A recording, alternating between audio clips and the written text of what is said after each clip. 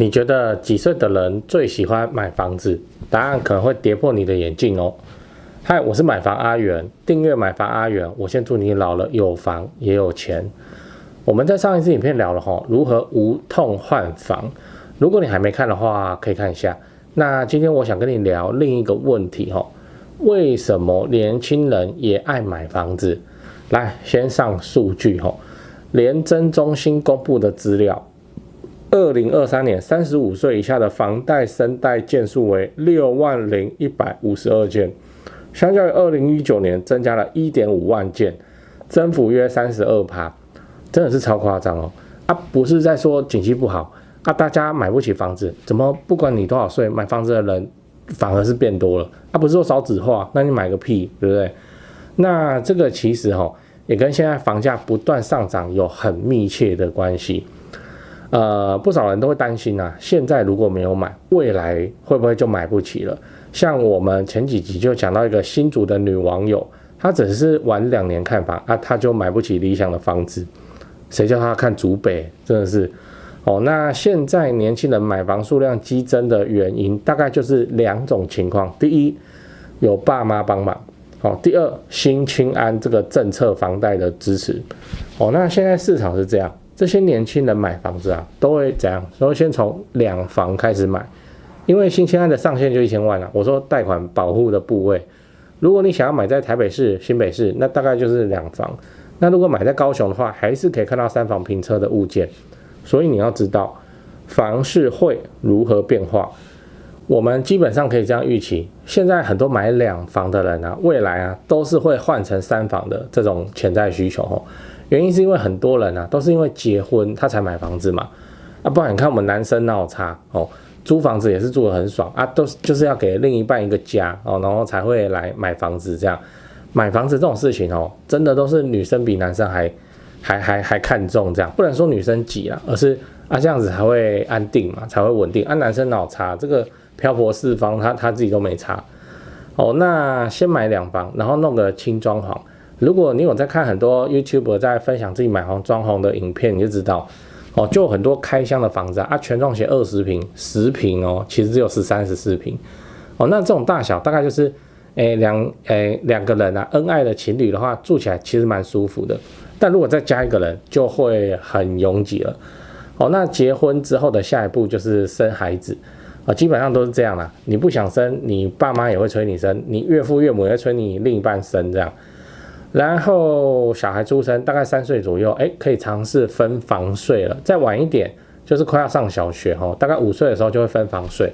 这个时候小朋友他开始就会需要自己的空间了，不然小朋友精力旺盛这个夫妻晚上2个躺在床上小孩子卡在中间是不太方便而且你也开始符合换房的条件了。这时候就会有很多的爸妈就会开始思考现在这个2房真的是有一点小那我们开始去看房子。所以我们可以预期5年以后2房换3房的换屋潮就会持续发生。最后你要知道，电梯3房就是2024现在的版本答案。就依现在现代人的生活方式，很多人最终都还是会走到电梯3房的，就算你没有生小孩的打算为什么？因为3房舒服你可以弄一间主卧一间电动房书房一间客房，然后未来有要生小孩的时候再把其中一间改成小孩房。如果没有的话那你自己有一个电动房，这男生哪个不喜欢那女生整间都给他做更衣室如果有养宠物的话，就有一间宠物的房间，很爽有什么不好的那很多买2房的人其实都是因为预算不足，这不是他的错这就是现在房价贵起来，所以先买2房先求有再求好。如果可以住大房子，谁会想要住小房子那所以这些人都是先买2房，那过几年银弹充足的时候还是会上3房的。那现在的2房确实涨得比较快，比3房还快，比4房还快，比套房还快，只是这个就是很反映现在当下只买得起2房的这个现实。那在5年以后，3房电梯的需求必然会再次被拉高。我们简单算一个账1000万的房贷你还30年的话，每个月大概是还34000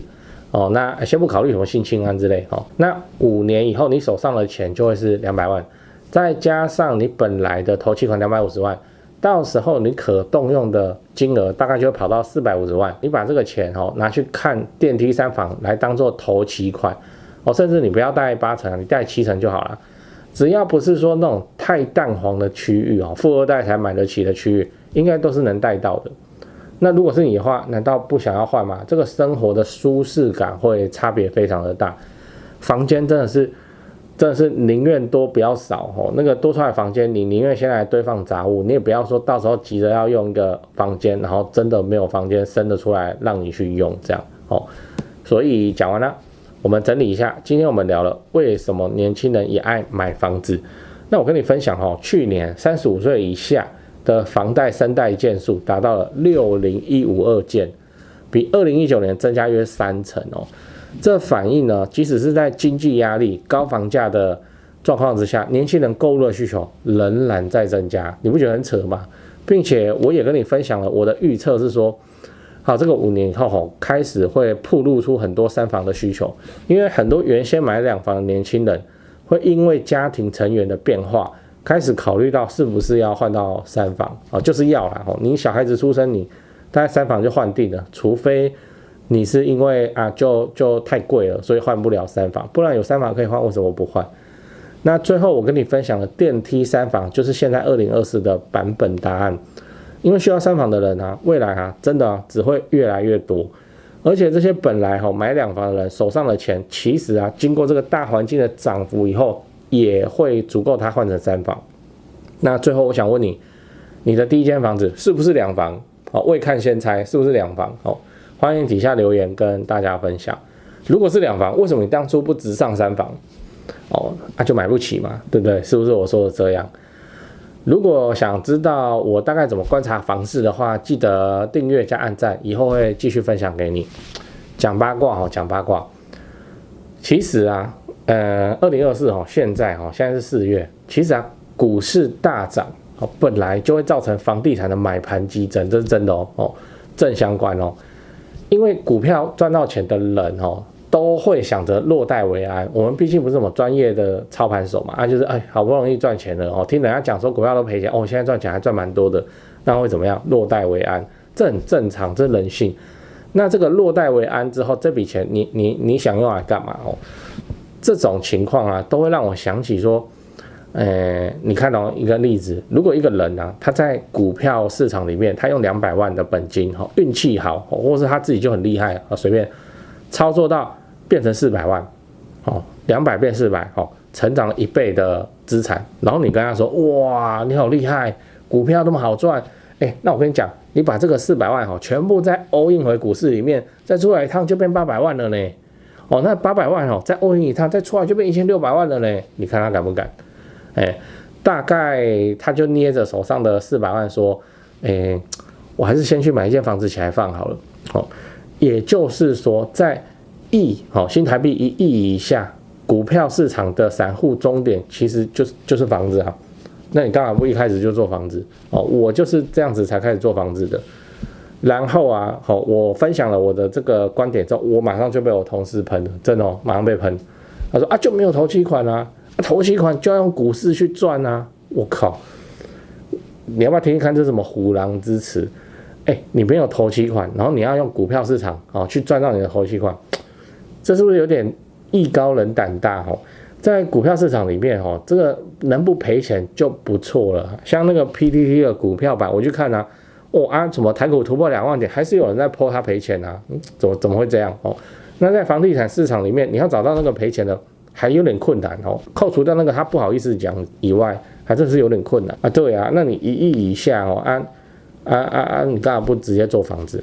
还用股票市场去赚头期款，这是不是有点奇怪所以我真的是建议说，那你头期款不够你要怎么办？我真的不建议股票市场我最建议最稳健的做法是什么？你还是专注你的本业专注你的本业你可能是做小生意的你可能是上班族那你上班族你专注本业再怎么专注就那个薪水嘛我也知道那你本业不够赚钱的话，你就要开始培养副业培养副业副业最烂，你就下班以后用体力活，你去跑 Uber 啊，你去跑 Uber Eats 啊，你去跑 Uber 啊，这都可以啊，跑拉拉 Move 啊，都可以啊。那难道躺在家里，然后整天在那边看影片、看抖音，那个钱就会自己从天上掉下来？不可能啊！培养副业，用技能去接副业，就你去学一个有含金量的技能，然后去市场中接案子。你是 RD 你就写程式啊，你是文案编辑行销，那你去接一些小的行销案啊，很多啦，接不完。一些什么蛋糕店、花店，他们也要行销啊，你只要跟他讲什么1个月2万块。其实他们都会给你做，为什么？因为外面来动不动就要跟他20-30万，那2万块这个就试试看了。那好，从小案子接起，去学一个有含金量的副业，就这样啊。那你副业不要动不动就被什么直销啦、微商啊这样去骗走了，你就好好耕耘你的副业，真的啊，这种路途才会稳健很多，然后你就买了房子。好，那买房子之后，你就进入了这个房地产资产膨胀的这个时代。真的不要乱搞，不要去做直销，不要去做微商，因为我看到去做直销跟做微商的，都跟你讲我赚钱，每个都跟你说我赚钱，因为讲赔钱丢脸嘛。然后就很奇怪啊，这个一段时间过了之后，奇怪他们生活没有变好，然后开始向我借钱，我这边。怪怪的，还是专注本业，然后就开始走这个房地产，就直接买。那股票市场啊，我个人啊是敬而远之。我当然知道股票市场里面有赚很多的人，我当然知道，但我想的是胜率的问题，就是股票市场如果胜率是我乱讲啊10%，意思是10个人出手9个人会失败。那房地产市场这个胜率，我想不用解释。2个战场胜率不一样，我当然是去那个我不容易死的再说啊。为什么？因为我们输不起啊，我们真的输不起啊。我背后又不是什么富二代，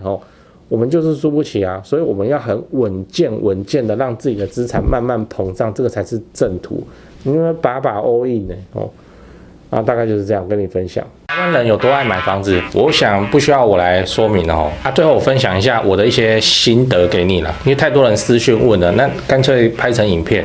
先说结论买房置产是为了老了有房也有钱，不是为了短期炒作现在短期炒作赚不到什么钱你不要搞错了。那置产就是来配合政府的社会住宅政策，你就做个好房东，一直出租合法报税。我的心得第一个，不要爱上你要用来置产的房子。你是要自产不是要买来当传家宝的只要整洁干净好出租，整理到出租给人家问心无愧，这样就可以了。重点是好出租不是你喜欢